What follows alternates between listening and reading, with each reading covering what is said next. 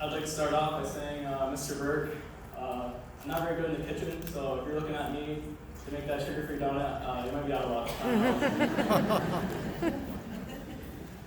When writing this speech, I tried hard to think of the perfect story that I could tell in the beginning, and then reference at the end, to bring everything full circle.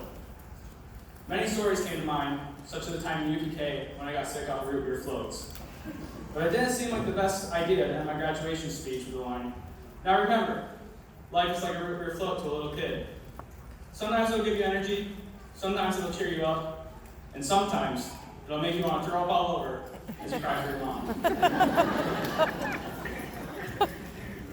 Another story I could have gone with was the time that the majority of our 6th grade class got sent home sick after eating cell models made out of Jell-O in science class.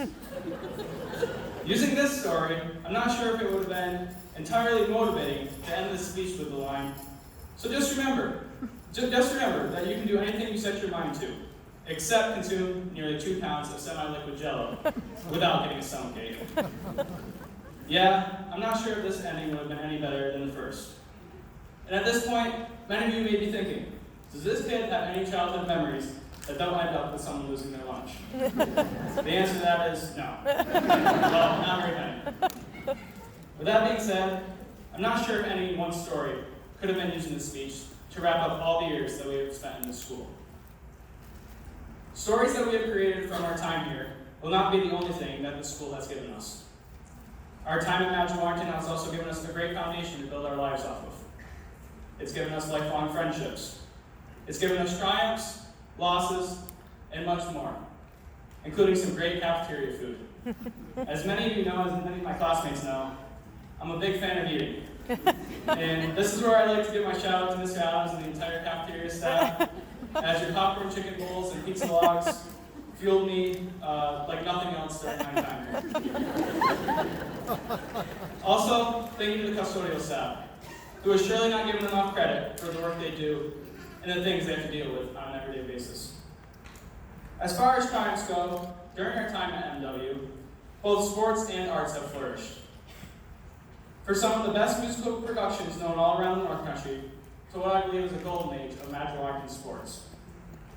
During these last 2 years, MW has hosted sold-out crowds to The Little Mermaid and Mamma Mia, won a national Whiz Quiz championship, and have won 7 sectional championships, including 2 Final Four appearances.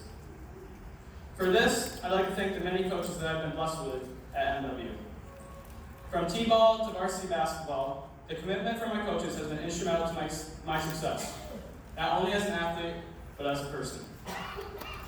It is due to the many coaches and talented athletes that Magic Warrington has been given the nickname known by many as MW.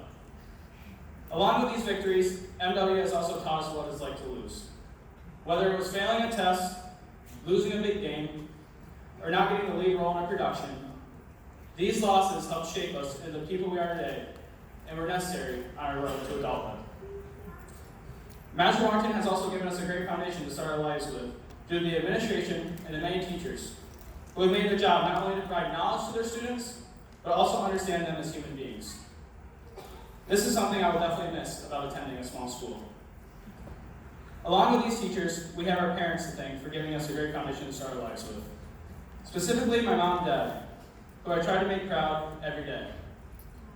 To my mom, you've always been willing to go above and beyond for your children, no matter the circumstances, and are one of the hardest working individuals I know.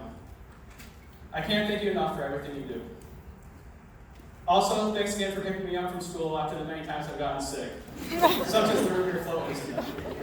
If it wasn't for you, I may still be leaning over a toilet somewhere.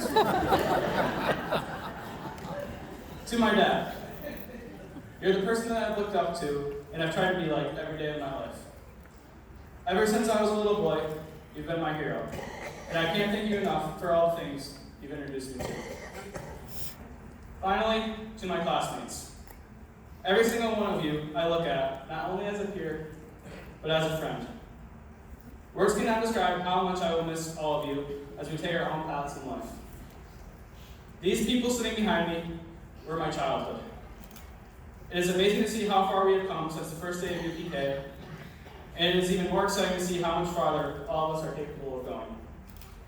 Whether you plan on going to college, the workforce, the military, or are still figuring things out, I wish you the best. High school at MW has been a chapter in my life that has been very hard to close. This is due to the great people that I have had the honor of knowing during my time here and the memories that we have created along the way. The good stories, great times, and unforgettable friendships are things that I will always remember about this place. Now, the next time we come back here, we will most likely need a guest pass or a ticket to a sporting event. And while that might make you feel like a stranger, it's important to remember that Madrid Washington will always be your home. For once a Yellow Jacket, always a Yellow Jacket.